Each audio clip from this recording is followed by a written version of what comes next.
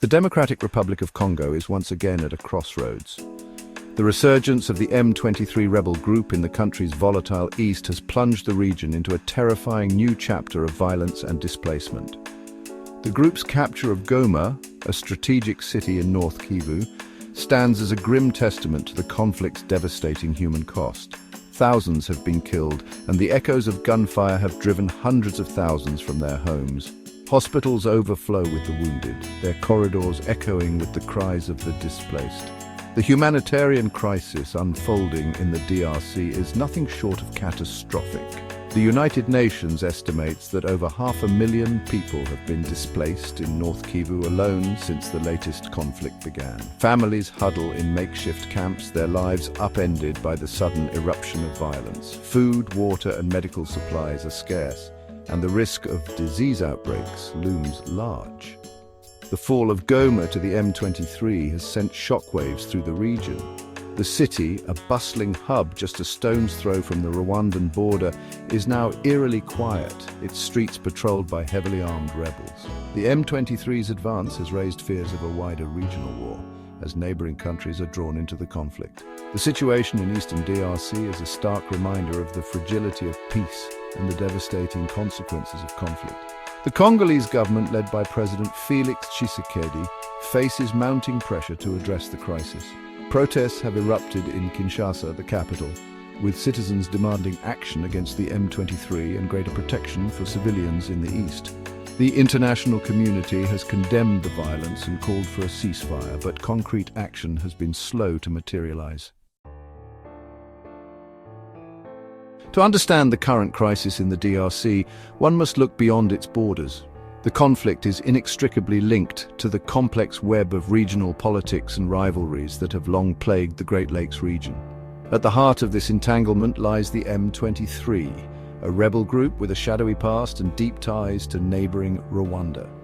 The M23, which claims to represent the interests of Congolese Tutsis, first emerged in 2012. The group quickly gained notoriety for its military prowess, capturing Goma that same year before being driven back by Congolese and UN forces. However, the group's defeat proved short-lived. In recent years, the M23 has rearmed and regrouped, capitalizing on the Congolese government's weakness and exploiting local grievances to bolster its ranks. Rwanda's role in the conflict is a particularly contentious issue. The DRC government has accused Rwanda of supporting the M23, providing the group with weapons, funding, and safe haven. These accusations are bolstered by reports from the United Nations and human rights groups, which have documented evidence of Rwandan involvement in the conflict. Uganda, too, has been drawn into the conflict. The Ugandan government launched a joint military operation with the DRC in 2021 against the Allied Democratic Forces, another armed group operating in the east. However, Uganda's motives in the region are not entirely altruistic.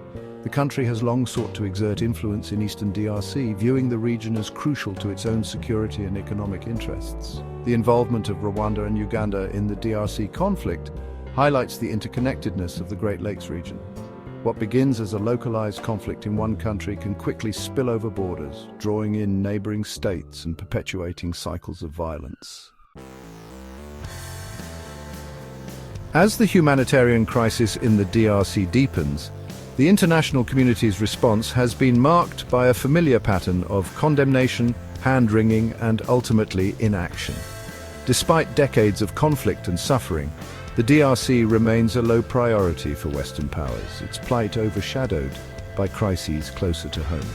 The United Nations peacekeeping mission in the DRC MONUSCO is the largest and most expensive in the world.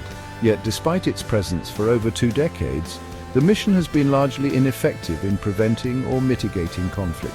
Critics argue that MONUSCO is too bureaucratic, too risk-averse, and too focused on its own survival to effectively protect civilians or address the root causes of the conflict.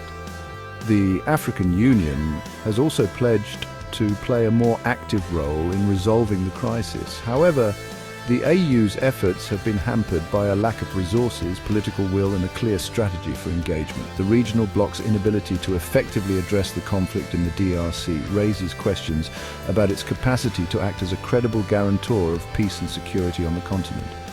Adding to the complexity of the situation is the increasing involvement of non-Western actors in the DRC. China, eager to secure access to the country's vast mineral resources, has become a major investor and trading partner.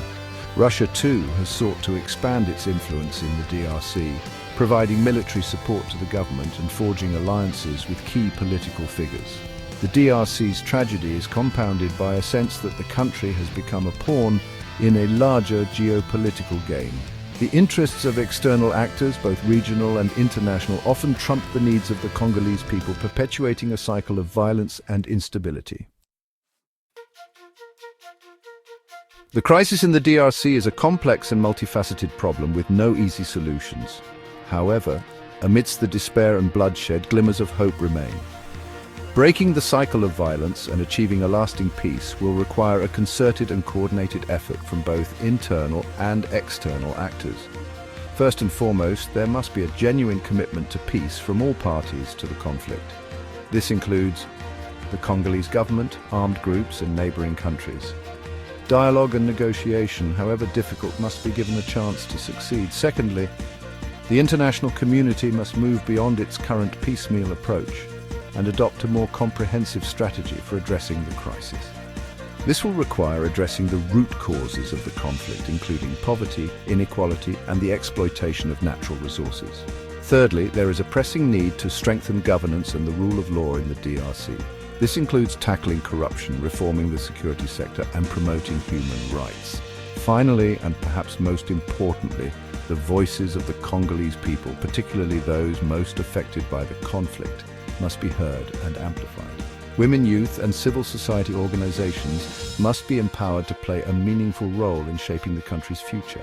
The road to peace in the DRC will be long and arduous. However, by addressing the underlying drivers of conflict, fostering dialogue and reconciliation, and empowering local actors, the international community can help create the conditions for a more peaceful and prosperous future for the Congolese people.